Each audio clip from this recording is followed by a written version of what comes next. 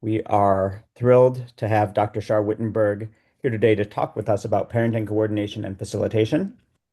Uh, Her resume is so long, there's no way I'm going to do it justice, but I'm going to give you a little bit, and then Char, if there's anything important that you think I left out. Uh, so Char has a doctorate in public health. She's an LPC, very experienced parenting coordinator and facilitator. She's a credentialed distinguished mediator. She is an arbitrator, a lead trainer at Mediators and Arbitrators of America. She's a co-convener of the Texas Mediation Trainers Roundtable, and I could go on and on and on. Mhm. Since 2015, she has been a principal at Central Texas Counseling and Education, PLLC, and uh, she's had prior careers in law enforcement and in government and uh, crisis response and all kinds of stuff. So there's a lot to her and more than we have time to go into right now, but we're very excited to have her here and to share her wealth of knowledge. So are you ready to go on? I'm ready to go. Thank you, Matt, You're for that. on. Thank you for that very nice introduction. I see a couple familiar faces. Good morning, Clay. Good morning, Fran. And Bruce, I think we've met many, many years ago, but I might be wrong, but I think we've met many years ago. Um, yeah, and so really happy to see some familiar faces. I was thrilled when Matt asked me to come talk with you guys. I think that parent facilitation and coordination is a topic which some folks may not be as familiar with as that might be, and it might be helpful for them, especially in some of your high conflict family mediations. Let me ask, is anyone in here a parent facilitator or been appointed as a parent coordinator? Okay. Has anyone in here ever heard of the term parent facilitation and coordination? I see Ron and okay, and Matt. All right. So parent facilitation in Texas, it's usually a court-involved child-focused dispute resolution process. And what I mean by that is oftentimes someone will be appointed by the court in that role. But there are opportunities that where you might find someone who's a parent facilitator or coordinator that wasn't appointed, and they call those private PFs or private PCs. And sometimes that happens either before or after court where parents decide that they just can't, manage their high level of conflict, or their attorney says recommend that a PF or PC, be on their case to help them. It's this person is put into place because the parents are at such a high conflict that they can't seem to navigate sometimes the basic conversations. So you're dealing with very high conflict people right from the start. And the way I see PF and PC, and I'll tell you the difference of the two in just a second, is that I look at it from the lens of protecting the kids. And I look at it from the lens of trying to minimize the stress on the children, because it's the kids that go back and forth and have to manage the two houses. Okay. And so often the parent just can see things only through their lens. They can't see it through the lens of the other parent. There's such, there's such animosity between the two that they sometimes have there's sometimes more contempt for the other parent than sometimes I think that they have for the love of their kids. And I know that's a harsh statement, but that's what I've experienced over the number of years that I've been doing this. So the reason that I'm bringing, and I'm hoping, I'm thinking my man has asked me to come here today is, I'm not here to really champion you guys to consider taking on PFPC cases in your work, which you should consider if that's something that interests you, because you will be using your mediation skills at the highest level. I always tell people that sometimes my PF work is like my mediation work on steroids. It's just, that's what you're doing when you're working with these people, is you're trying to get them to come to some consensus on how to move forward, in my mind, in the best interest of their children. So this might be something that interests you that you might want to think about doing. But more important than that is I want you to understand that this could be an opportunity for you to help maybe solve or get to some mediated settlement agreements when when folks are at such opposite ends. Because so just maybe, if you could introduce this idea of a parent facilitator or coordinator to the attorneys, or if they're pro se to the participants, that might be a way for them to move forward if they know that they've got another professional helping them navigate very challenging issues or conflicts. So I would just like, my goal today is that you guys have a takeaway of what PF is and how it maybe can help you in your mediation work. And maybe as a side benefit to encourage you to maybe consider this kind of work, because we really, really need good PFs and PCs. There's a market out there. And honestly, I turn down probably one or two PFs a month. And they pay, I mean, for me, they pay pretty good. I charge $250 an hour for my PF work. And I don't know what your rates are like, but, and I enjoy it. And I think, well, most of the time I enjoy it. I'll qualify that. That I love the idea that maybe I'm helping minimize stress on children. That's my real goal with all of this. So that's why I'm hoping Matt brought me here today, was to give you guys a better understanding of this concept, and that you can maybe use it going forward in some of your high conflict mediations. So any questions on that from the introduction? And I prefer questions as we go. So please just, I'm happy to answer anything on what this is and why I'm here today. Okay. So in this facilitation process, I take it on as a child-centered approach. And again, that's me looking at it through the lens of the kids. And what can I do to help minimize the conflict between the two parents that bleeds over into the daily family life of the children at the two different homes? I think what PF can do is to develop better ways for parents to help to manage difficult conversations.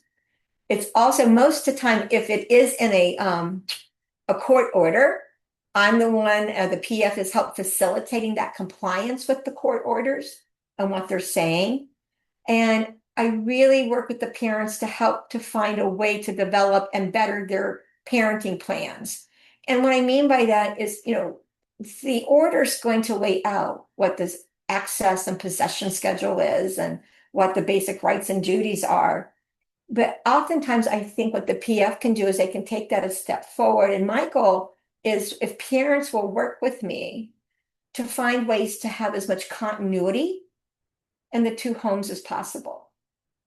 And I think that's good for kids. I think that's good for small children. I think small children can really benefit when there's the same rules and the same processes at both homes. And I clearly understand that what mom does at her house, she gets to do, and what how he parents at his house.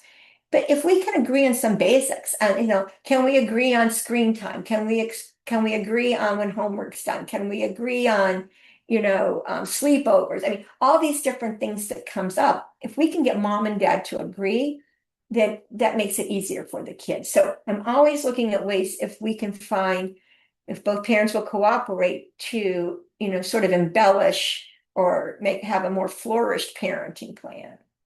And then I work with parents who, and if I can identify if they need some help with some of their parenting skills. And oftentimes you'll see different parenting styles. You might see a parent that's very authoritarian, and you might see a parent that's very permissive. And when you're 5 and 6 and 7, 8, you've got these different parenting styles coming at you. It can be hard. It can become confusing for them. It can lead to behavioral issues. So, I'm really hoping that me as the parent facilitator is helping to bring some continuity and maybe, ways that kids can better adjust. Any questions on that slide?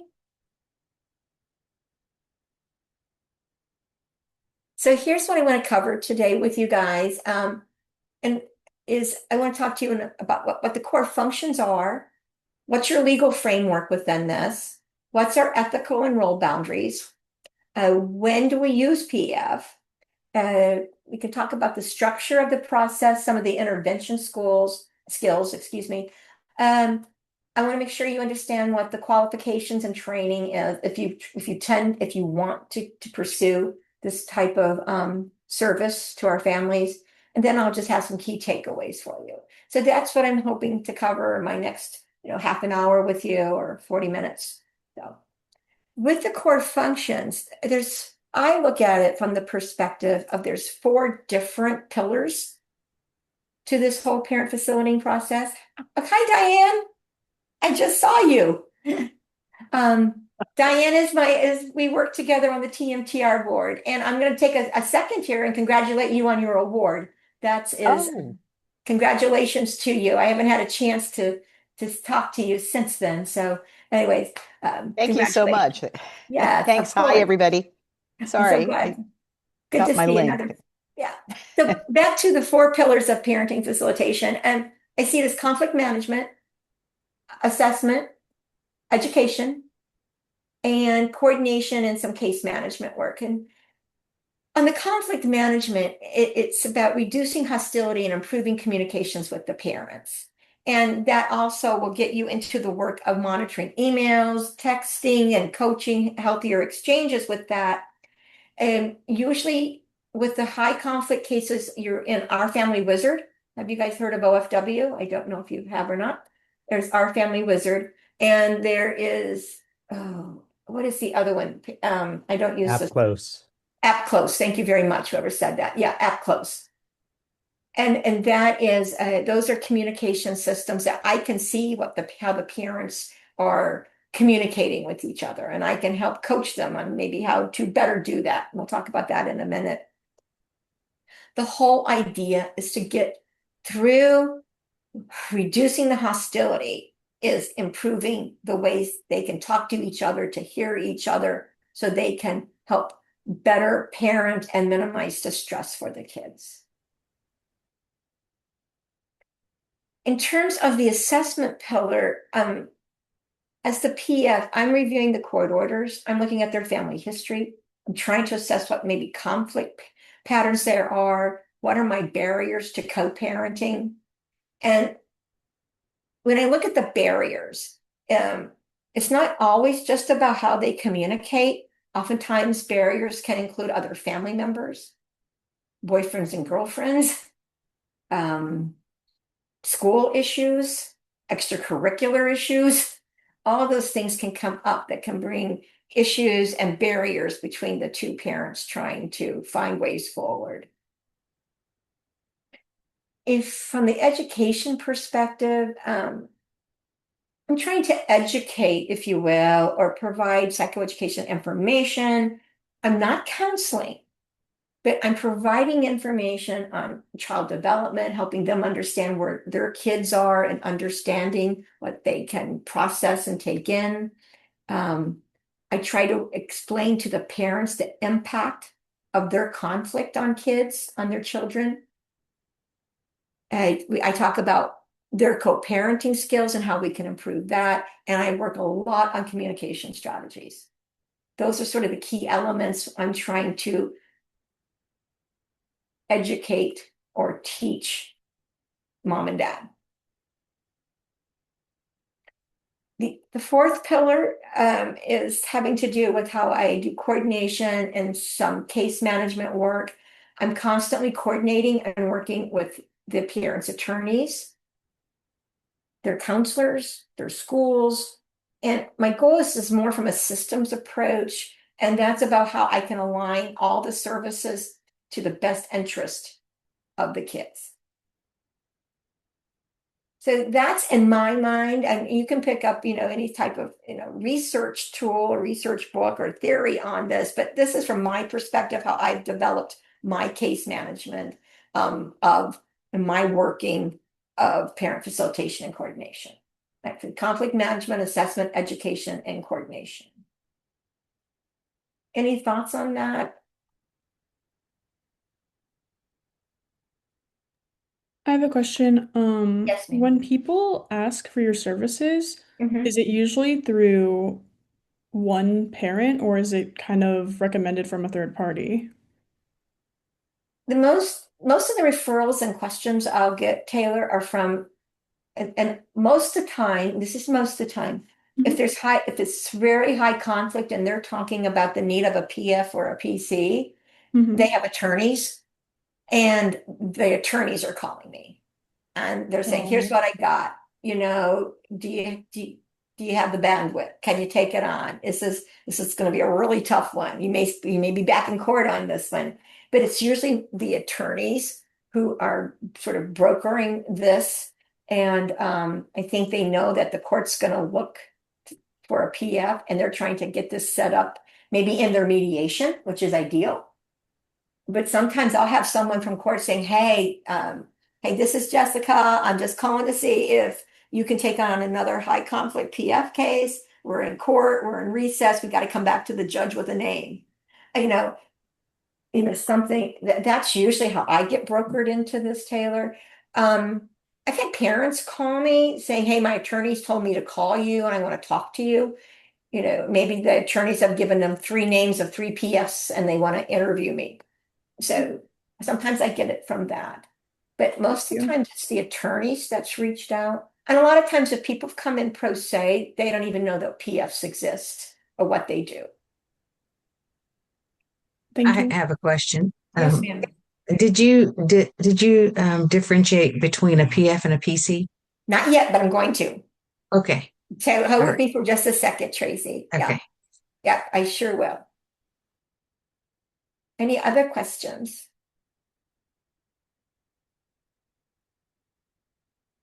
So you can see, I call them the four pillars, but you can see the four different kind of roads that I travel based upon where I am in that PF process, um, in trying to do the job to the best of my ability to help these families.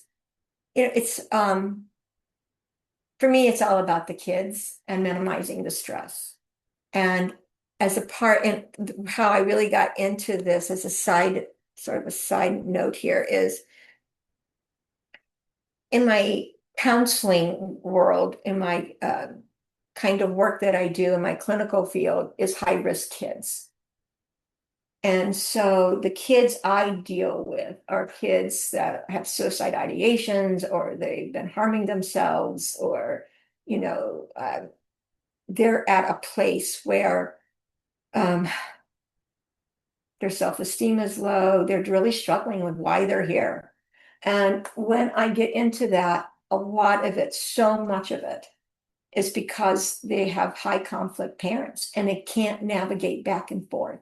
And I had one of my first high risk kids I had, he was 7.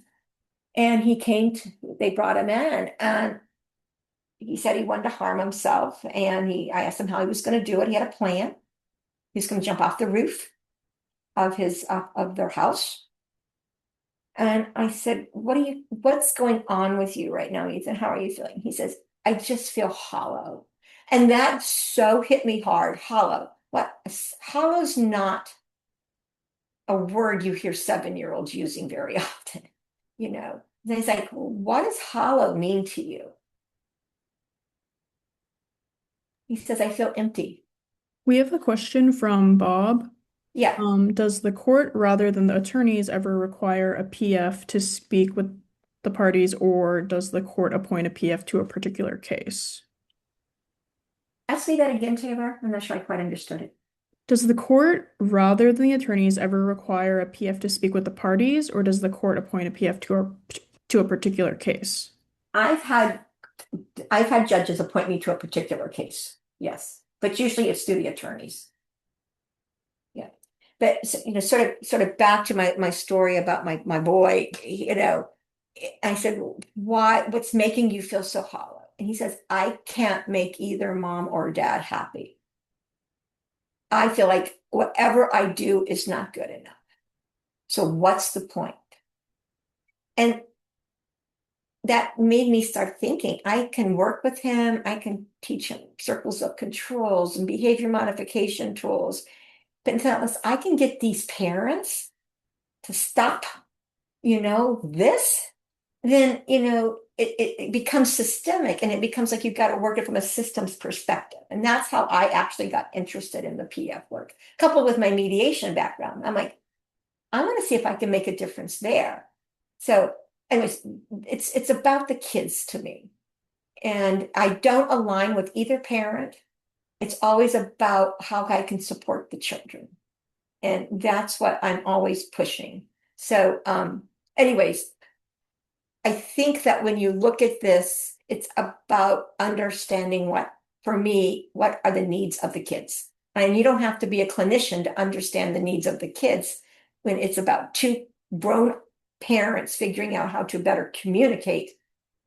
So as one young girl told me, she feels like she is the rope in a tug of war, and they're tugging so hard that all she wants to do is let go. So, I want to get those parents to understand, quit tugging on that rope, figure it out, and some can't and some can. And my job is to get those guys who are they can't see the bigger picture to try to do that. And I want to just make sure, and it's on my closing and my slides, I am not the parent's therapist. I'm not the kid's therapist. I am there as this third-party professional trying to bring everyone together to get them to have a more healthy home life. Okay, here's your legal framework. Here's the Texas Family Code. And when you guys get my PowerPoint, if you open it up, that's a link. It'll take you right there. And the key codes in this section are what the duties are. And that's going to define your roles, including monitoring what the compliance issues are, identifying the issues, and developing collaboration. The monitoring compliance can vary from case to case. So when you get assigned a PF case, you've got to go read the order because they can have the PF doing different things. Okay.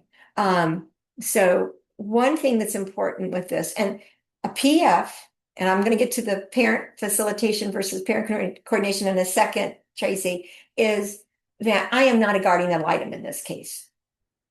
And I can do a whole presentation on guardian ad litems. I've done that work too. But I am not, and it's very specific in the code, I am not making custody and access recommendations. I can inform the courts if things aren't going well, if I'm having challenges or problems, I can recommend evaluations. I cannot make recommendations to custody and access. That's not my job. Okay. So I just want to throw that out there. The qualifications section of the family code, it's going to let you know what the licensing and training requirements are for a facilitator. And it will define the roles that the court wants me to do specifically. So parent, facilitator, parent coordinator. The main difference, everyone, is that a parent facilitation coordinator, the whole process is non-confidential. And when needed, the facilitator can testify regarding the parent's compliance and how the parents are cooperating and what's happening within the case. I get subpoenaed probably once a month on parent facilitation coordination work. Maybe I'm exaggerating. Maybe it's once every 6 weeks, but it's a lot. And the process is not confidential. If I'm the PC, then there is privileged communications with the parties. I cannot be subpoenaed. My files cannot be subpoenaed. I will not be testifying in court. There's benefits to both. I have done both. I do more parent facilitation than coordination because attorneys like the idea that if things go south, that they can get me in there and they can, get me testifying, and they can get to my records and my notes. So the upside of parent facilitation is that there is some leverage that I have and that they know that I could be in court testifying and that what they say to me, my notes are not confidential. So in parent facilitation, I feel like there's a higher level of compliance usually because they know that it can come out in a courtroom. In parent coordination, I think the upside is oftentimes parents will be more willing to share information if they know it's not, if that it's privileged. And that sometimes can help me do my job better because I have information they may have not shared with me in a PF situation. Does that make sense to you guys? So, and I don't get to choose if I want to be a PF or PC. I'm going to be ordered by the court. So it's either the attorneys are agreeing that it's going to be a PF or PC role, or the judge is determining it's going to be a PF or PC role. That's the major difference, really, is the whole concept of confidentiality. And again, parent facilitation is not confidential. Parent coordination has the confidentiality privilege.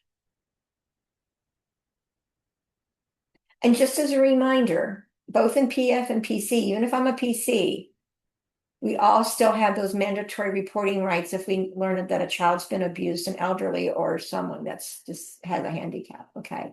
Or someone's going to do self-harm or harm others. That parent coordination doesn't take away that responsibility. That's still an overarching requirement.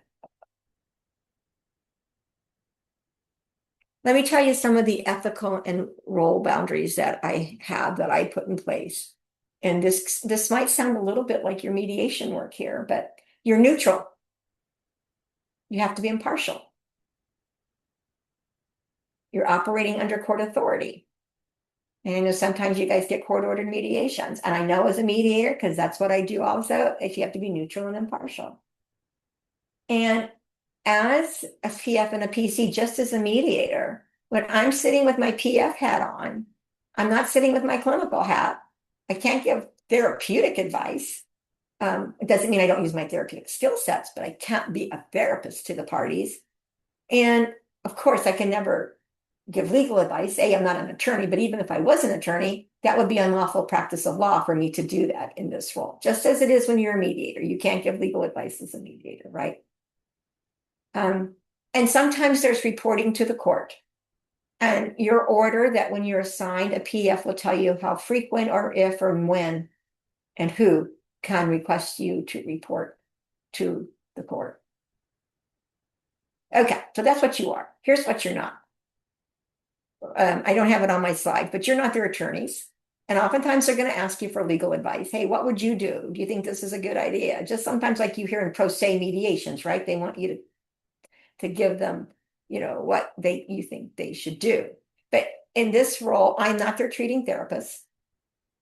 I cannot provide therapy with those people as a therapist and be their PF. I've seen it done a couple of times. It's very unique and the courts had to sign in on it. But for me in my therapeutic hat, that would be a dual role. And that's unethical. Plus, if you're the treating therapist, you can't maintain that neutral and impartial outlook because now as a therapist, you're aligning and advocating for someone. And so there's a conflict there, at least there is for me ethically. So all the time I get a people, well, could you be my kid's therapist? We really like you. You get us, you know the issues. No, I can't be your kid's therapist. Can you be my therapist? Nope, I can't be your therapist. I can give you some referrals for really good people, but I can't play that dual role. You're not the mediator in that you can't write a mediated settlement agreement with them. You can make reports to the court what you might want. But let me tell you, if you're a PF or a PC, you will be using your mediation skills at the highest level every time you talk to these people. And again, I don't advocate for either parents. I'm about the kids. not the kids' therapist, but the kids. So oftentimes I get the question, do you meet with the kids? I have. A lot of times it depends on if the kids have therapists. If the kids have therapists, I prefer to talk to the kids' therapist and see what's going on. If I'm on their case and the kids have a therapist, sometimes it's confusing to them what I do. Like there's another professional now involved, and I'm talking about mom and dad. It can be confusing for kids unless you clearly understand what your role is and what their therapist's role is. And the last thing I ever want to do as a PF is to intervene with the treatment plans of what the clinician has in place for those kids. But I have talked with kids. And if there's no therapist, I'll talk with them, or they'll say, I'll ask them, what's really, really tough for you at mom's house? What's really tough for you at dad's house? What goes really well? What could be better for you? And there's times when I have gone in and I have done that. But I don't bring kids into the PF process or PC process unless I think it's really going to bring added value to the whole PF or PC process. But I have talked to them, and sometimes I think it's helped. Sometimes I think maybe it's confused them a little bit. Like they'll want to talk to me and not their counselor. That's not good. No, you need to talk to your counselor. Okay. Neutrality. I've already talked about the dual roles. I've already talked about not giving legal advice. I already talked about mandatory reporting still applies. And yeah, I will adjust my approach in family violence cases if there's protective orders on people. I mean, there's a protective orders and there's family violence. I don't bring them on together or bring them in for joint sessions. I mean, I'll change the process of what I do and to adjust to that need or, issue of the family violence.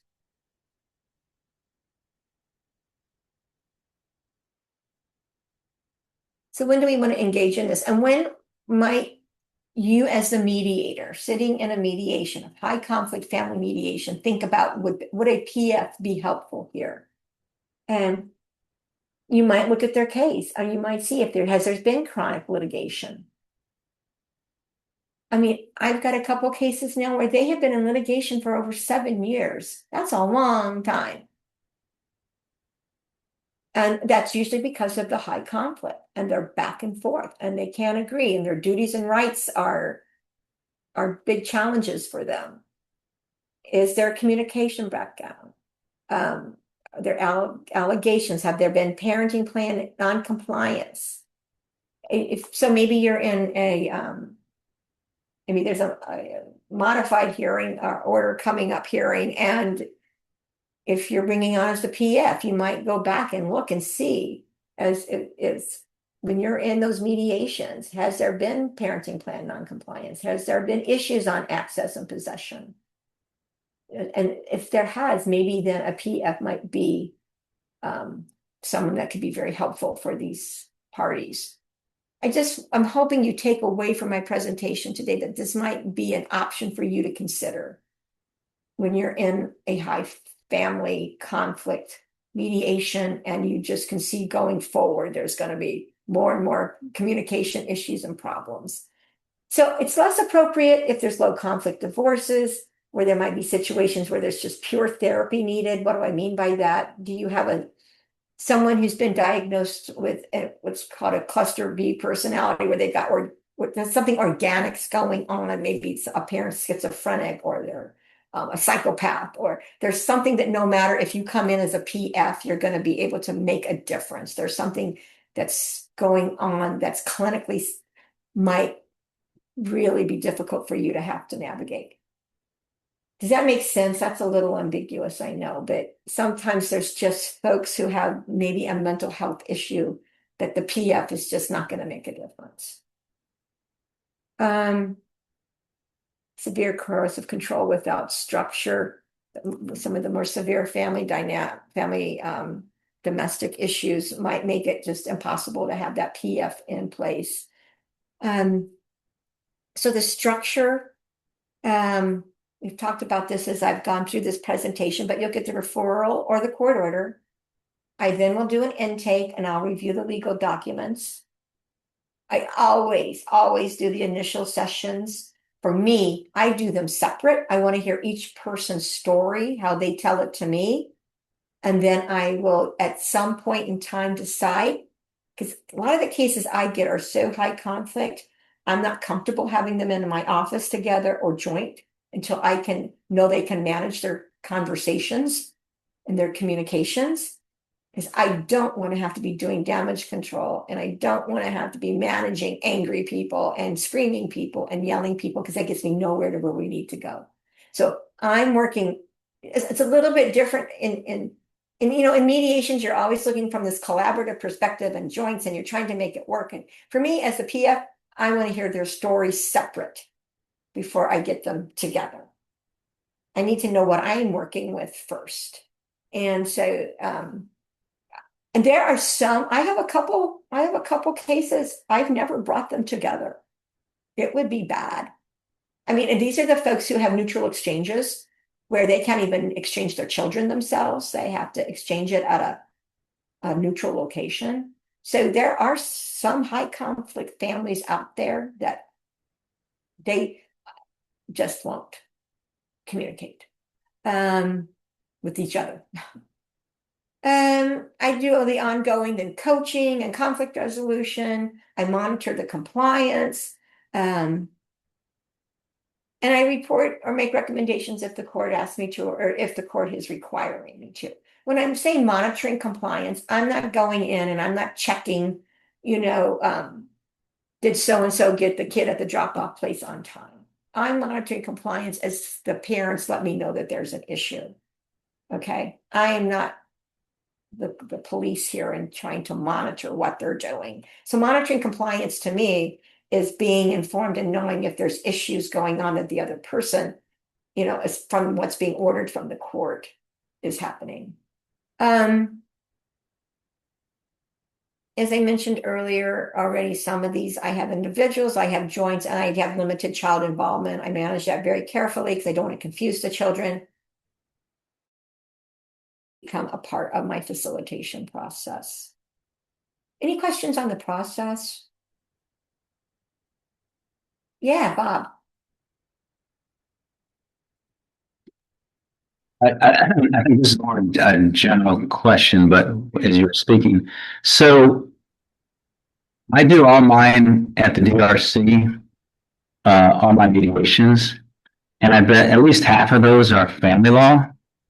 And I would say, and I wasn't familiar with a PF before today, Okay. but I would say in so many of the cases I have, a PF would be really helpful because there's always, I didn't have access. They didn't call, they didn't do this, da, da, da, da. There's always stuff going on. Mm-hmm.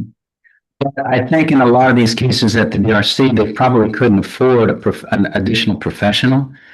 So what do you recommend then? Just to use our what we learned from here today to kind of help that, or are there low cost services available to certain parties and things like that? Or Mm-hmm.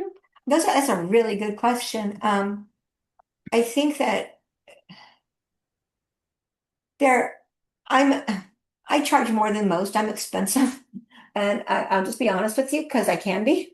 I'm just being I'm not being, pompous or pretentious. I'm just saying, those are my rates, and I got super high conflict people, and the people that call me know what my rates are and can afford me. Okay. It's the same in counseling. I'm not in network. I do mine. This is my second career, and I do this because I love helping kids, and I believe in trying to minimizing stress in their lives. And so this is not. It's my career, but I do this because I care and I want to. I don't do it because I have to pay my mortgage with it. If that makes any sense to you. So I do know there's a lot of parent facilitators out there who they don't cost as much as me. And and they do this and they're young in their careers and they're okay with $75 an hour or $100 an hour. But so there are other options out there. And I don't know who does this pro bono. I'm sure there must be some folks out there, some organizations who you might do this type of work, or know how to broker for this type of work. Yeah, Bob? And then just a quick follow-up question. So typically, in a typical case, how many hours would a PF be spending with the family to the parents? Depends on the complexity of the case, Sure. and how cooperative the parents are willing to be. And I have some that I can get a parenting plan on place, and I got people who just needed that push and that sort of just education on how to, write good communication, how to keep something brief and simple, and I think, did I skip a slide? Yeah, maybe I did. Right here. If I can get them to a place where I got the communication coaching down with them, I've got psychoeducation down with them. Sometimes I can let them go and they're good, and I've done them in 2, 3, 4 months. Bob, I've got 4 cases right now. I have been doing work with them for years because and I stop sometimes and think, should I ethically still be on this case? We're still dealing with the same things I dealt with 3 years ago. And it's like they can't get it. And these are the cases where I'm mostly assisting in what's called parallel parenting instead of co-parenting, where they can't even talk to each other. Okay. Thank They you. can't get a simple message to each other. And I'm there helping broker those communications to help the kids not be the ones having to broker it and be in the middle. So to answer your question, for some cases, there's folks and they're willing to work and they just need that professional hand-holding for, a little bit to get them to better communicating and understanding, and they're genuinely interested in what serves their kids the best. Then I've got a handful of cases where they just can't get over themselves and can't get out of their own contempt for each other. And the whole reason I stay on those cases, quite frankly, is because of the kids. And I don't want that kid having to hold that tight tug of rope game. I don't want them being the ones that are stretched in the middle. So it really, it depends on the nature of the case. I hope that helped. Back on this, the communication judge, I'm really big on what's called BIF. And I'm always coaching parents. And I'm big on that with anything I do, even with my own family, like keep it brief and informative. And I have that rule in my own texting with my family. I don't want, novellas. Keep it brief, keep it informative. Tell me what I need to know. And especially with these high conflict families, and our family was there or app close, I don't need them opining. The other party don't want to hear what their opinion is at this juncture. Brief, informative, and if you can be friendly, great, but be brief and informative. The parallel parenting I mentioned, I'm brokering the conversations. And they're parallel parenting. They're not parenting together, they're parallel parenting based upon what the order says. And when we parallel parent, we are following that order. That has taken away just about all flexibility, because no one's willing to come to a compromise if Sam can spend an extra day with dad because the grandma and grandpas are visiting. It's just some of the things that you would think are just a gimme, a no-brainer, will become such huge issues for parents. You would think if grandma and grandpa are flying in from across the country, that mom or dad could give up an extra day so the kids could spend time with the grandparent, or trade even a day. No way, it's my time, not my problem. I'm like, it's your kids' grandparents. It's about the kids and the grandparents. But that's when I'm parallel parenting. The psychoeducation is just depends upon what the needs of the parents are.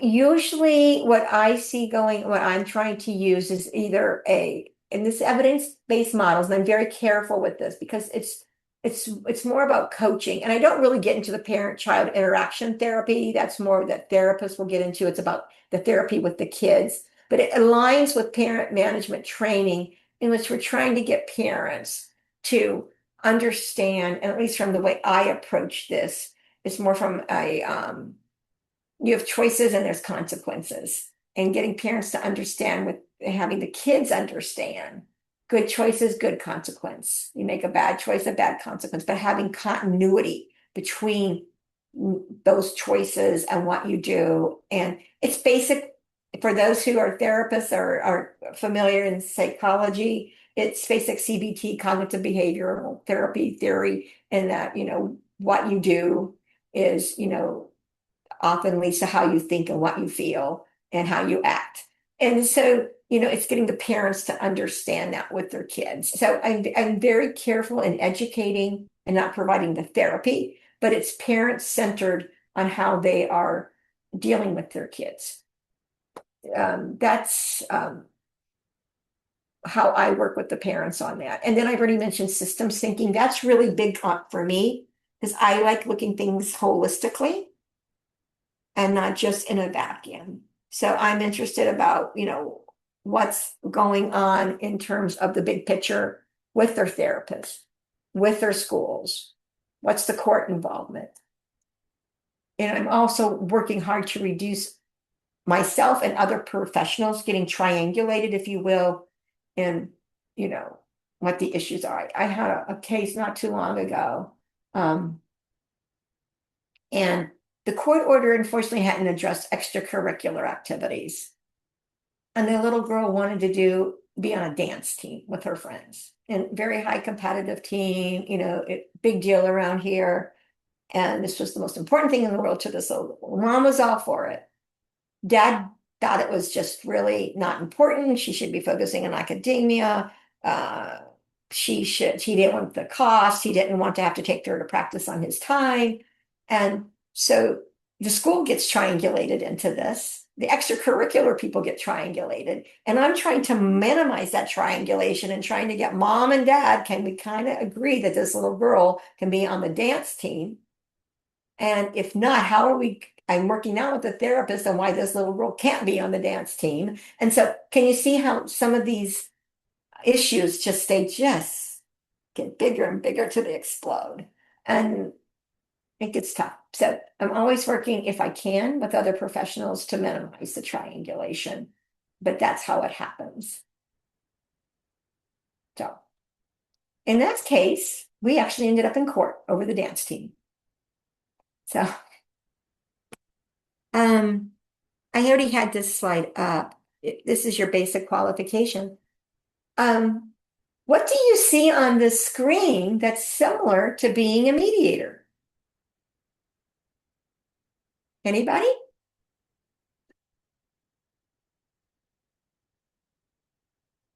The 40 hours ADR class and your 24-hour family class. That's required for PFs, just as it is for y'all to be able to get court appointments for these, for mediations and family mediations.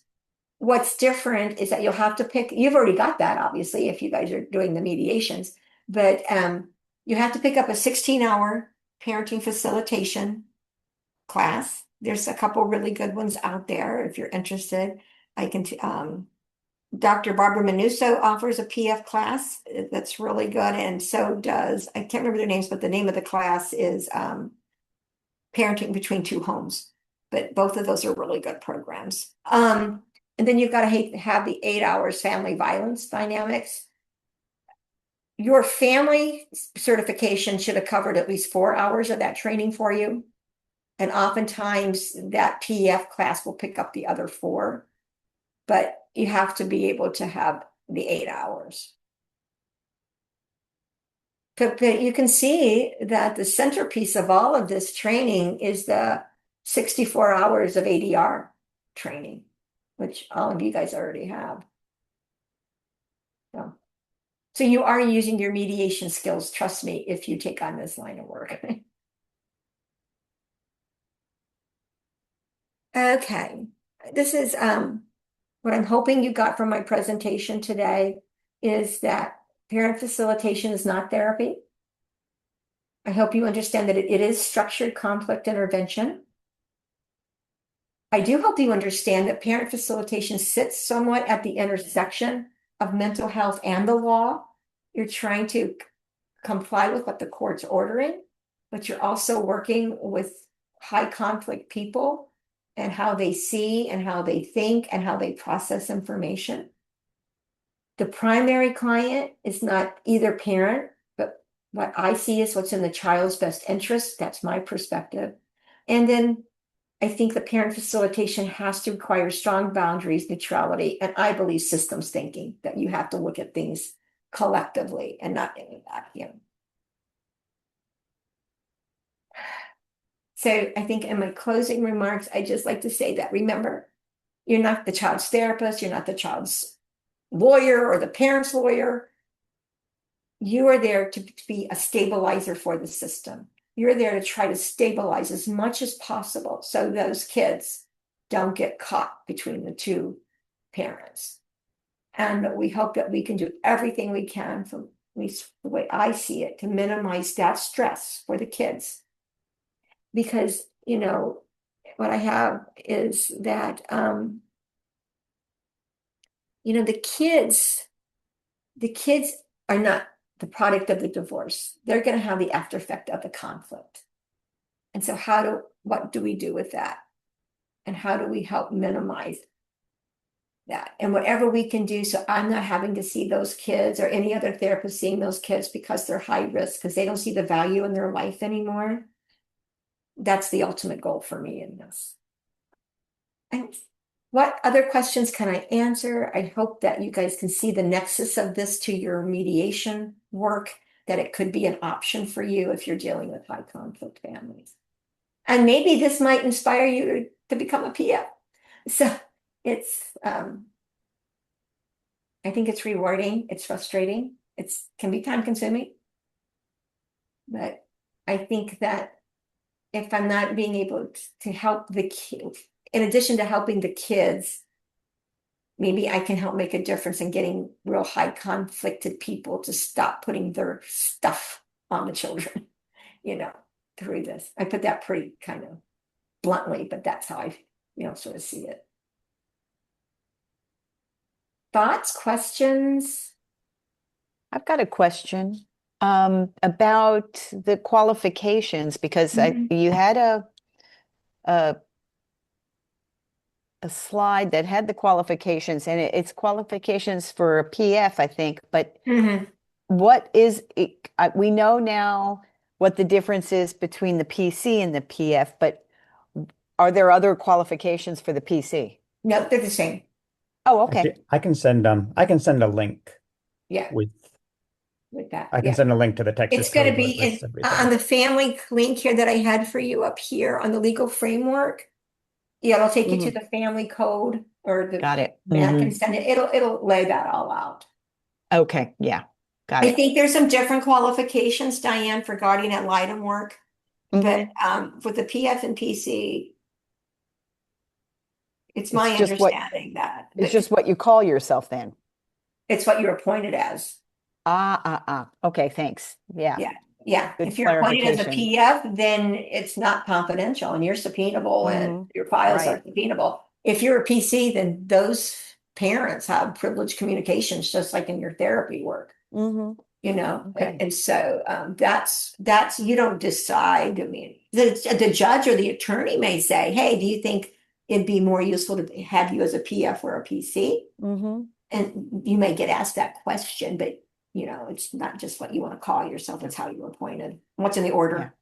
The order will tell you what you're doing. Okay, cool. Thanks. Yeah, Bob? Do you ever participate in a mediation to assist the mediators, or doesn't work? Well, you've already visited with the parents and all that, or not?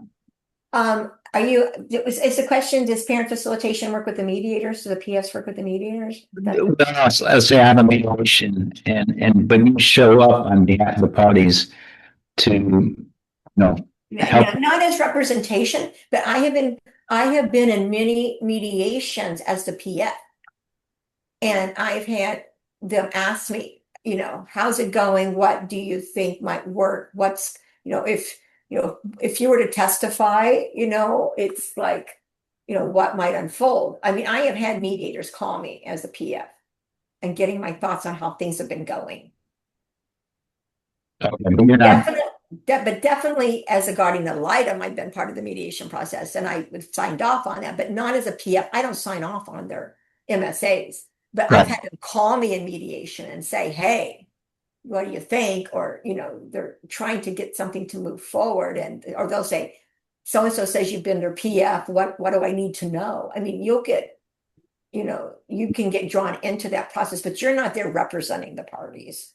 Okay, well, I wasn't thinking of you representing the parties, but just being present, sort of like, a guardian is there at a mediation, just to get so as a mediator, I in separate, breakout room with you, Yeah, I ask you questions to help, you you know, can. If you're if both parties and their attorneys would have to agree, and then the PF. But yeah, I have been in breakout rooms and mediations as a PF. okay, great, Yes. thank you, yeah. So a few things. One, I know Shar has to get out of here and has graciously offered to take additional questions. So if you have more questions, you are welcome to send them as a response when I send out your certificate for today. Shar, I want to thank you so much for being here and for the presentation. I'm excited. I've got more questions Okay. and my head's working. Uh, Well, thank you for having me, everyone. I've made my PowerPoint available to all of you guys. If you choose to have it, your association has that. And again, any questions, let me know. I'm happy to answer them. And I hope that this has been a useful hour for you. So thank you very much for having me. we've got a couple quick announcements before we say goodbye to all of you. Can I sign First, off, Matt? yeah, you can sign off. Thanks so much. Okay.